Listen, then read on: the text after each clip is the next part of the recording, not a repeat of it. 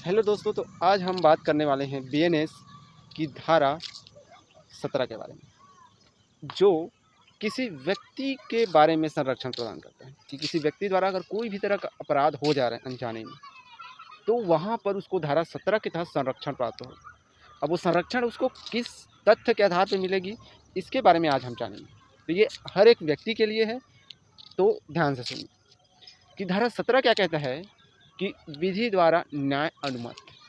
पहली बात क्या है? न्याय अनुमत। ये क्या होता है? न्यायिक रूप से अनुमति प्राप्त। विधि ने क्या किया? न्यायिक रूप से कुछ चीज़ें के लिए अनुमति प्रदान की है।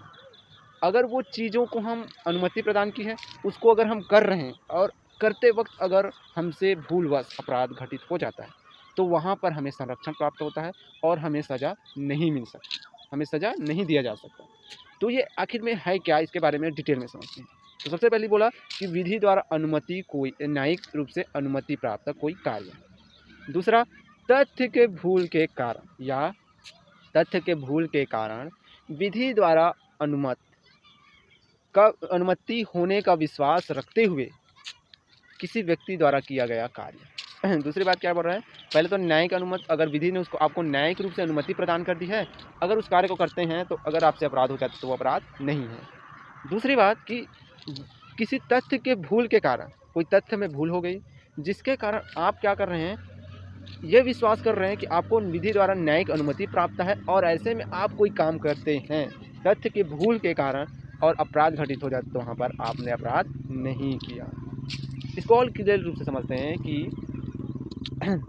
ऐसा कोई भी बात अपराध नहीं है जो विधि द्वारा न्यायिक अनुमत हो या तथ्य की भूल, ना कि विधि के भूल, तथ्य की भूल के होने के कारण न्यायिक अनुमति प्राप्त है ऐसा विश्वास करते हुए अगर कोई व्यक्ति कोई कार्य कर रहा है तो वो अपराध नहीं। So clear? आइए हम इसको कुछ एग्जाम्पल के थ्रू समझते हैं कि कोई क नाम का व्यक्ति है जिसने य नाम के व्यक्ति को कोई कार्य करते हुए देखा, जिसको यह को यह प्रतीत हुआ कि वो मृत्यु करने वाला है। मृत्यु मतलब हत्या करने वाला है किसी व्यक्ति का, ठीक है। वो नहीं जानता है कि वो स्वयं का है कि किसी और का। उसने क्या ऐसा कार्य करते हुए देखा जिससे कि लगा कि वो मृत्यु करने वाला है। क ने यह को ऐसा कृत्य करते, ऐसा कार्य करते हुए देखा कि यह मृत्यु कारित करने वाला है। तब क ने क्या किया? प्राधिकारी के समक्ष, ठीक है, अपने सेल्फ डिफेंस या फिर अपने अधिकार का उपयोग करते हुए उसने उसको अधिग्रहित कर लिया, अर्थात उसको पकड़ लिया। यह को क्या किया? क ने पकड़ लिया और उसको अधिकारी के समक्ष प्रस्तुत कर दिया।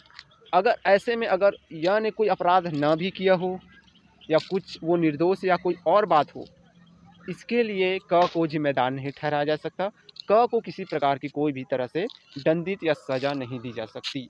या उसने आक्रमण किया या उसने किसी भी प्रकार का कोई भी तरह का अपराध किया भी होगा उस समय, तो वो अपराध की श्रेणी में नहीं आएगा, क्योंकि उसने क्या किया? वहाँ पर न्यायिक अनुमति प्राप्त अपने अधिकार का उपयोग किया। That's it. आइए एक एग्जांपल के थ्रू इसको और क्लियर समझते हैं। ये केस है स्टेट ऑफ उड़ीसा बनाम